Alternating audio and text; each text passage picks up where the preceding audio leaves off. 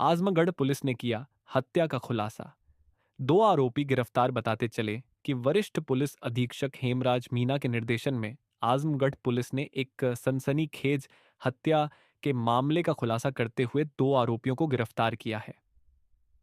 स्वाट team और कप्तानगंज थाने की police ने संयुक्त कार्रवाई करते हुए यह सफलता हासिल की। पुलिस के अनुसार 29 नवंबर 2024 को सुनील राय नामक व्यक्ति की गोली मारकर हत्या कर दी गई थी। सुनील राय अपने खेत में काम कर रहे थे, तभी अज्ञात हमलावरों ने उन पर गोली चला दी। इस मामले में कप्तानगंज थाने में अज्ञात लोगों के खिलाफ मुकदमा दर्ज किया गया था। पुलिस जांच में दो आरोपियों की पहचान हुई, नीतीश राय और मौसम चौहान। 24 जनवरी 2025 को पुलिस ने सूचना मिलने पर माले पट्टी से दोनों को गिरफ्तार कर लिया। गिरफ्तार आरोपियों के पास से पुलिस ने हत्या में इस्तेमाल किए गए हथियार और कुछ अन्य सामान बरामद किए हैं, जिनमें एक जोड़ी जूते, एक तमंचा, एक कारतूस और एक मोबाइल फोन शामिल हैं। पुलिस ने बताया कि आरोपियों के खिलाफ आर्म्स एक्ट के तहत भी मामला दर्ज किया गया है।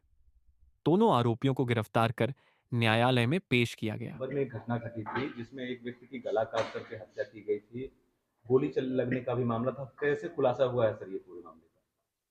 देखिए 29/11/2024 को थाना कप्तानगंज में एक सुनील राय उर्फ मुन्ना राय, जो कि देवट्टा कप्तानगंज के रहने वाले थे। ये ट्रैक्टर से खेत जोत रहे थे किसी त्रिपाठी जी का, और उसी दौरान एक अज्ञात व्यक्ति के द्वारा इनको गोली मारी गई। गोली मारने से ये चलते हुए ये ट्रैक्टर चला रहे थे, खेत जोत रहे थे, ड्राइवरी का काम करते थे। तो जैसे ही गोली चली तो ये लेफ्ट साइड में नीचे गिर गए थे, और पीछे जो रोटावेटर होता है उसका जो व्हील है, उससे इनका उसमें गला भी कट गया था। और जो ट्रैक्टर है वो मौके पे चलती हुई हालत में बगल में ही एक घर के पास में पेड़ था, वहाँ जाके टकरा के फिर ट्रैक्टर रुका था। उस घटनास्थल पे थाना प्रभारी, क्षेत्राधिकारी और मेरे द्वारा घटनास्थल का निरीक्षण किया गया, और देखने से प्रथम दृष्टया ये लग रहा था कि कोई रंजिशन इस तरह की जो हत्या है उसको अंजाम दिया गया है। और लगातार हमारी जो टीम है थाना प्रभारी की और एसओजी की टीम इस पर काम कर रही थी। आज इसमें दो लोगों को गिरफ्तार किया गया, जिसमें एक का नाम नीतीश राय पुत्र सत्यदेव राय उर्फ पप्पू राय है, और दूसरे हैं वो मौसम चौहान है। ये दोनों ही थाना कप्तानगंज के रहने वाले हैं। एक जो देवट्टा के रहने वाले हैं, और दूसरा माले पट्टी के रहने वाले हैं। इनके पास से एक 315 बोर का तमंचा भी बरामद हुआ है, और जो घटना के दौरान इन लोगों के द्वारा जो मोबाइल प्रयुक्त किया गया था वो भी इनके पास से मिला है। और इनसे जब पूछताछ की गई है तो ये जानकारी मिली है कि उस दिन इन लोगों ने, जब वो मुन्ना राय जब खेत वहाँ पे जोत रहे थे, सुनील उर्फ मुन्ना राय, उसी समय बगल में वहाँ पे एक खेत में मतलब घास उगी हुई है बड़ी ऊंची, वहाँ छिपके और उसका वेट किया, और जैसे ही वो मेड़ के पास में आए तो इन्होंने गोली चलाई, और गोली चलाने के बाद में ये वहाँ से चले गए थे।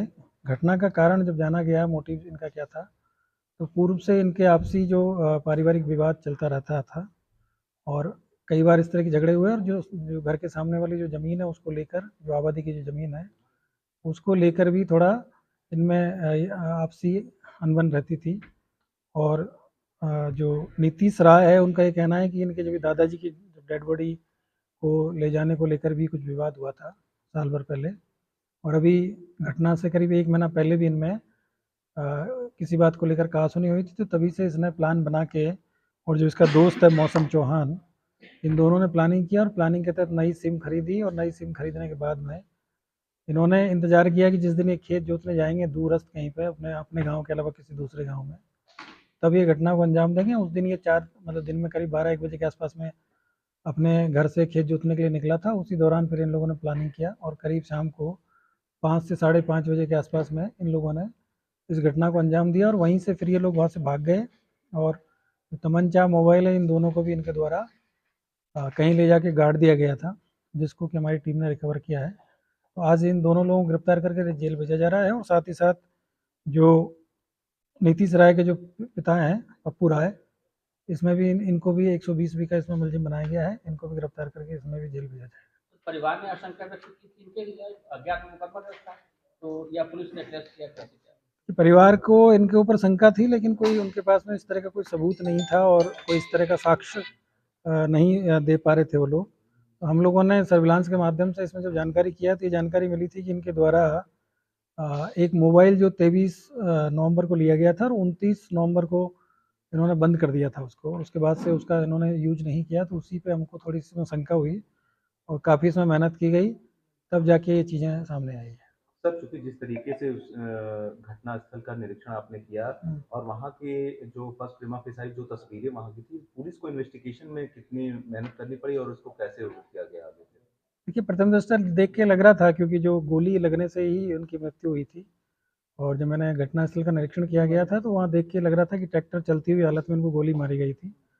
तो ये लेफ्ट साइड में ट्रैक्टर से नीचे गिर गए थे और गिरते टाइम पे इनका जो सिर है वो रोटावेटर में अटक गया था और उसी वजह से सिर में भी इंजरी थी। तो वो देख के थोड़ा कन्फ्यूजन लोगों को लग रहा था कि वहाँ पे इनका गला काटा गया है या गोली मारी गई है। एक्चुअली में उसमें एक गोली मारी गई थी इनको और गोली मारने के बाद ये नीचे गिर गए थे और नीचे गिरने से फिर इनको रोटावेटर से इंजरी हुई और जो ट्रैक्टर है वो चलता रहा और आगे जाके एक पेड़ से जाके टकराया था। तो वो चीज़ें दिखाई दे रही थी कि इस तरह की जो घटना है ये कोई रंजिश है, लेकिन चूँकि घटना स्थल गाँव से दूर था और जिनके खेत में ये घटना हुई थी उनका इस घटना से कोई लेना देना नहीं था और वहाँ आसपास में एकदम बिल्कुल खेत ही है, वहाँ कोई ना कोई सीसीटीवी था ना ही कोई और चीज़ थी। तो थोड़ा सा इसमें दिक्कत ये आ रही थी कि चीज़ें डिटरमाइन नहीं हो पा रही थी कि घटना का मोटिव क्या है, क्योंकि इनकी जो रंजिश है वो पुरानी है, कोई तात्कालिक कोई उसमें इस तरह का कारण नहीं था।